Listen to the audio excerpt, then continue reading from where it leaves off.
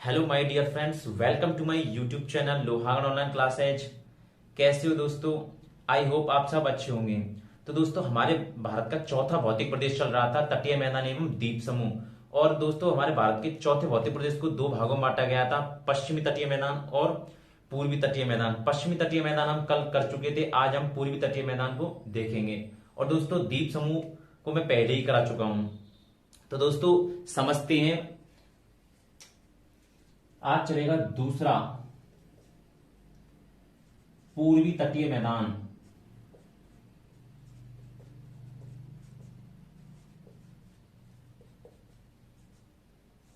दोस्तों, पूर्वी तटीय मैदान पूर्वी घाट और बंगाल की खाड़ी के तट के बीच निर्मित मैदानी भाग को कहते हैं। इसका विस्तार स्वर्ण रेखा नदी से लेकर कन्याकुमारी तक है। तो दोस्तों,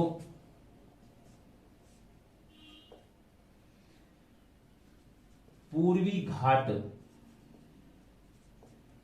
व बंगाल की खाड़ी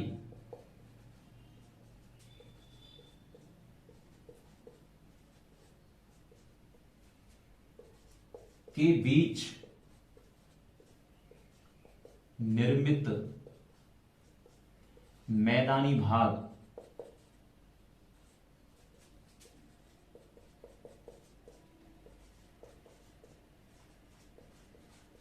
पूर्वी तटीय मैदान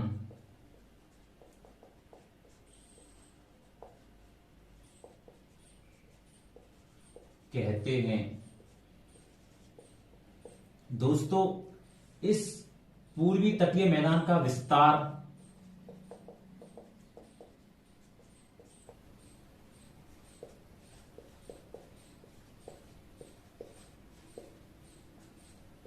स्वर्ण रेखा नदी से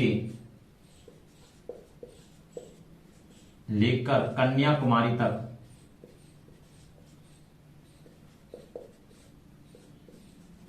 है। तो दोस्तों, पूर्वी तटीय मैदान का विस्तार स्वर्ण रेखा नदी से लेकर कन्याकुमारी तक है। दोस्तों, पूर्वी तटीय मैदान भारत का एकमात्र ऐसा तटीय मैदान है जो दक्षिणी पश्चिमी मानसून और उत्तरी पूर्वी मानसून दोनों मानसूनों से वर्षा प्राप्त करता है। यह तटीय मैदान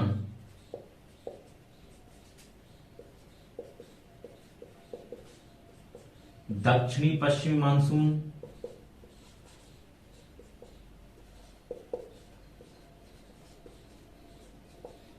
और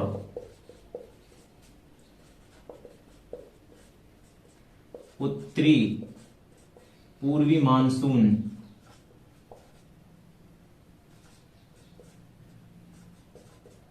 से वर्षा प्राप्त करता है।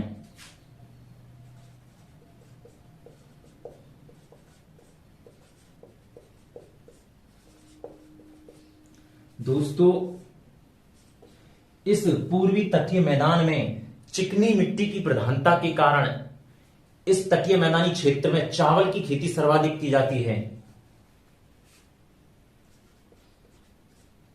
इस तटीय मैदान में चिकनी मिट्टी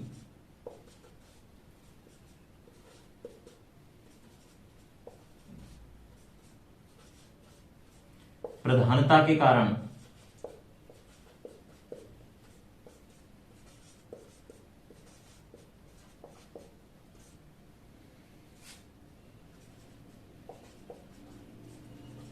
चावल की कृषि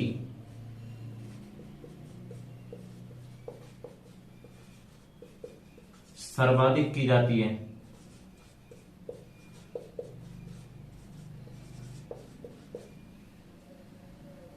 दोस्तों, अगला पॉइंट है, इस तटीय मैदान में गोदावरी और कृष्णा नदी की डेल्टा पर कोल्लेरू झील स्थित है।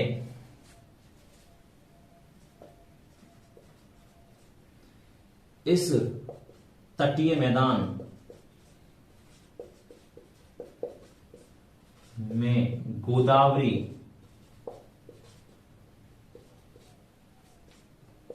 व कृष्णा नदी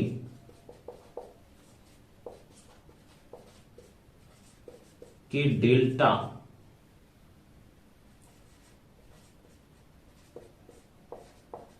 पर कोल्लेरू झील स्थित है।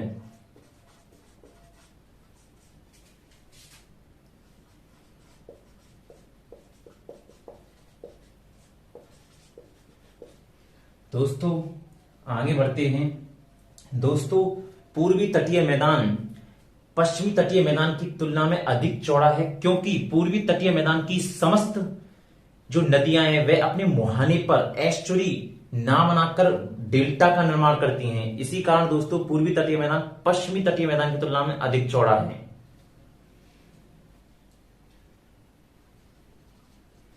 यह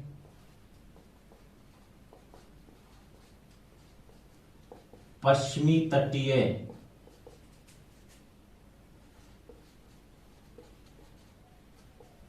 मैदान की तुलना में अधिक चौड़ा है,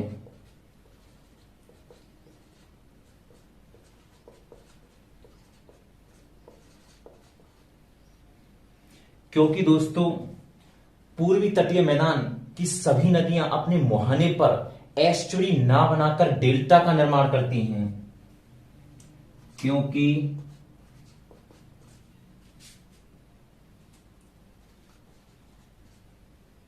इस तट की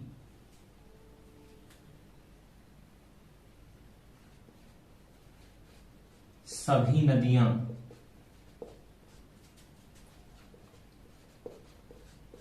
अपने मुहाने पर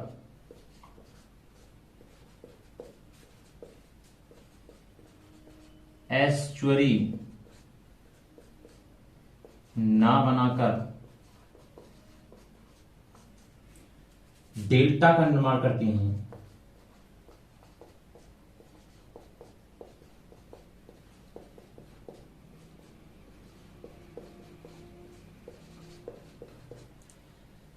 दोस्तों पूर्वी तटीय मैदान नदियों का डेल्टाई समूह होने के कारण कृषि की दृष्टि से महत्वपूर्ण है।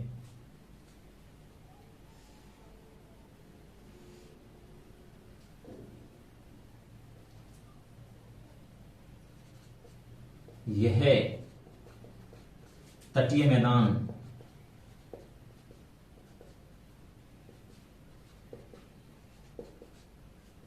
नदियों का डेल्टाई क्षेत्र होने के कारण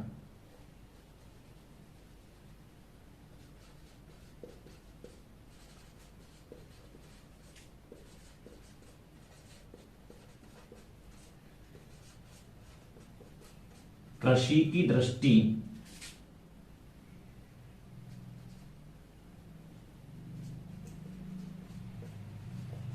महत्वपूर्ण है।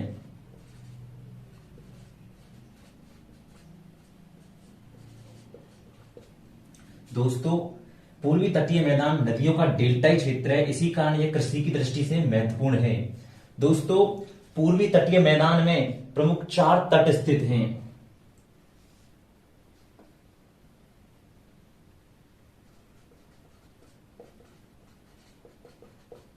इस तटीय मैदान में 4 तट स्थित हैं।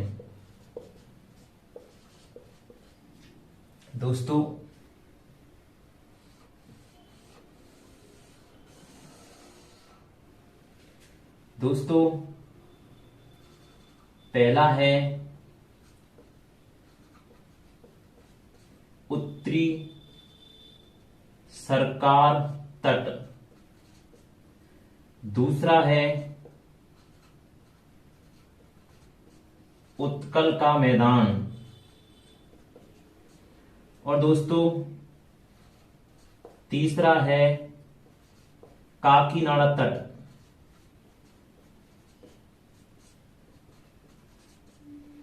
और चौथा है कोरोमंडल तट।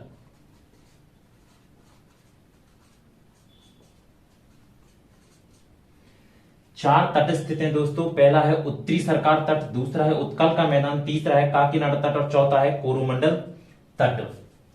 तो दोस्तों आगे बढ़ते हैं। आई होप आपको यहां तक समझ में आया होगा। दोस्तों पहला है उत्तरी सरकार तट।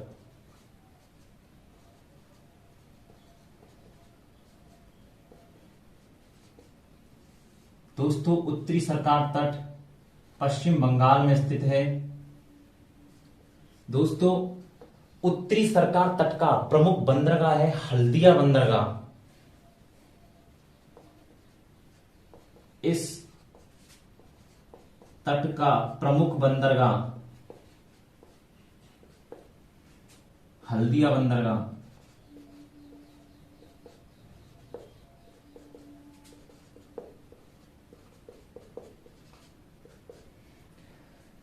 दोस्तों हल्दिया बंदरगाह देश का सबसे बड़ा पृष्ठीय क्षेत्रफल वाला बंदरगाह है।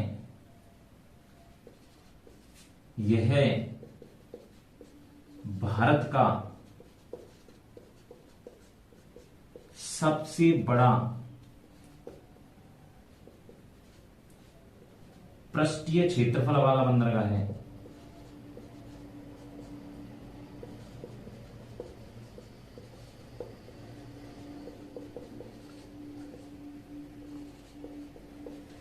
दोस्तों दूसरा आता है, आई होप आपको यहां तक समझ में आया होगा। दूसरा है दोस्तों उत्कल का मैदान।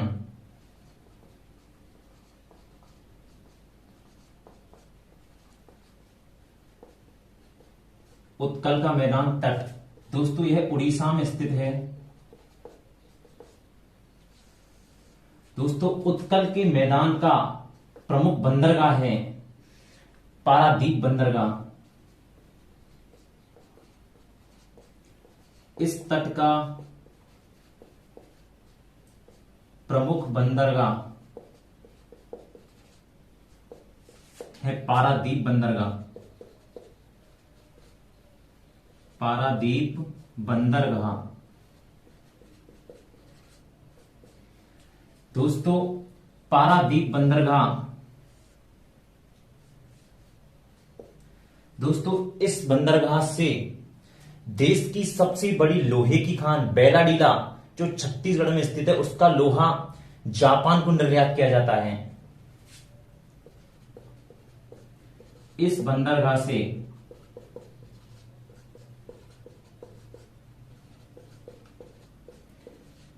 देश की सबसे बड़ी लोहे की खान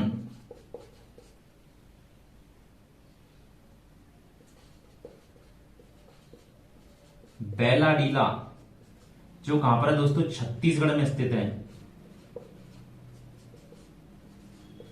का लोहा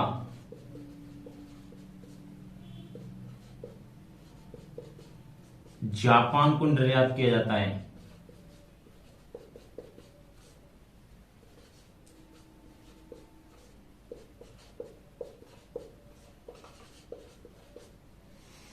तो दोस्तों ये था अपना पूर्वी तटीय मैदान का दूसरा तट उत्कल का मैदान। आई होप आपको समझ में आया होगा।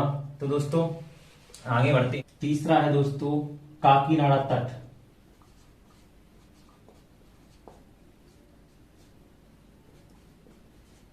काकीनाडा तट दोस्तों आंध्र प्रदेश में स्थित है।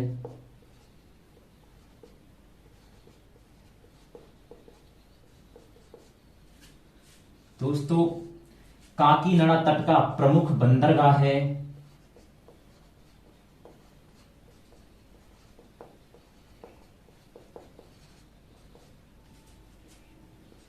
विशाखापत्तनम बंदरगाह।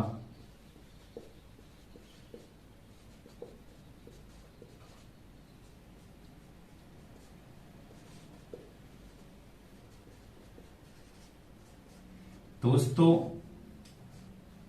यह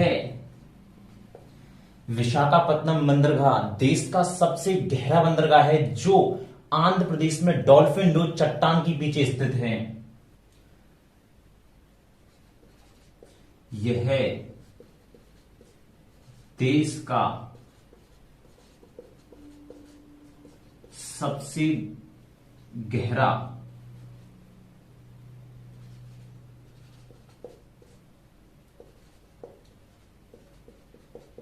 बंदरगाह है जो आंध्र प्रदेश में डॉल्फिन नोच चट्टान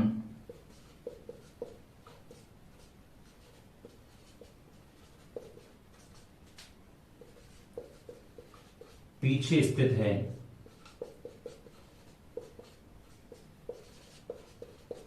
तो दोस्तों ये था अपना तीसरा काकीनाडा तट, आंध्र प्रदेश में स्थित है। अगला है दोस्तों कोरोमंडल तट। तो पूर्वी तटीय मैदान का चौथा तट है कोरोमंडल तट।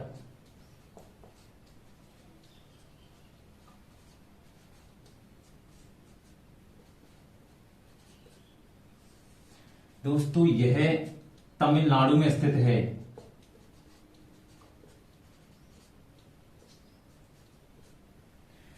दोस्तों कोरोमंडल तट देश में ताड़ के उत्पादन के लिए प्रसिद्ध है और ताड़ का सर्वाधिक उत्पादन भी केरल राज्य से होता है।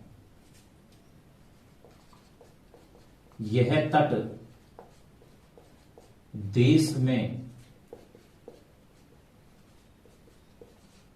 ताड़ के उत्पादन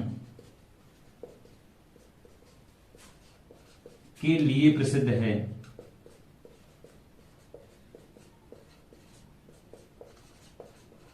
और दोस्तों ताड़ का सर्वाधिक उत्पादन ही तमिलनाडु करता है।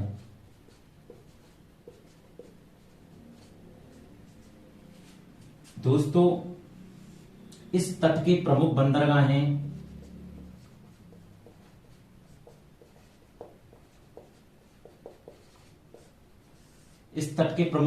हैं पहला है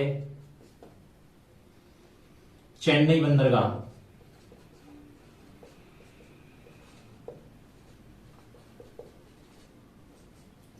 दोस्तों चेन्नई बंदरगाह देश का प्राचीन यांत्रिकृत बंदरगाह है।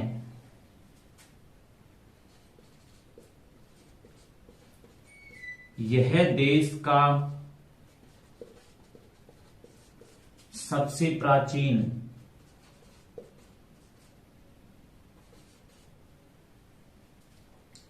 कृत्रिम बंदरगाह है।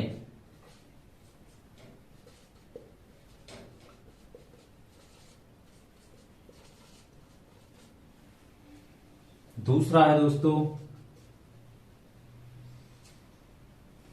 एन्नौर बंदरगाह।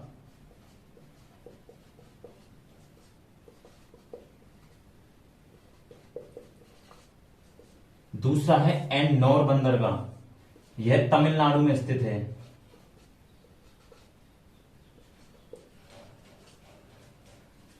तीसरा है दोस्तों तूतीकोरन बंदरगाह।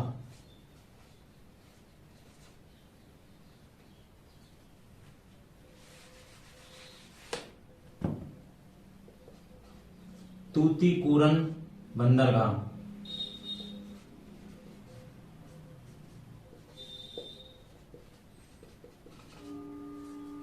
यह भी दोस्तों तमिलनाडु में स्थित है।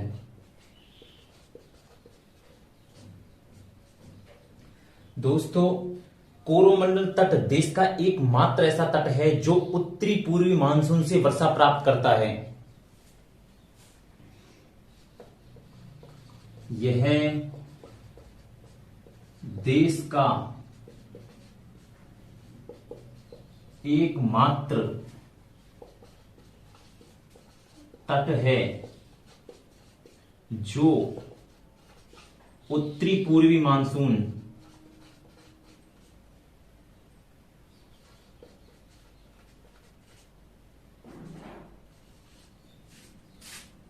से वर्षा प्राप्त करता है।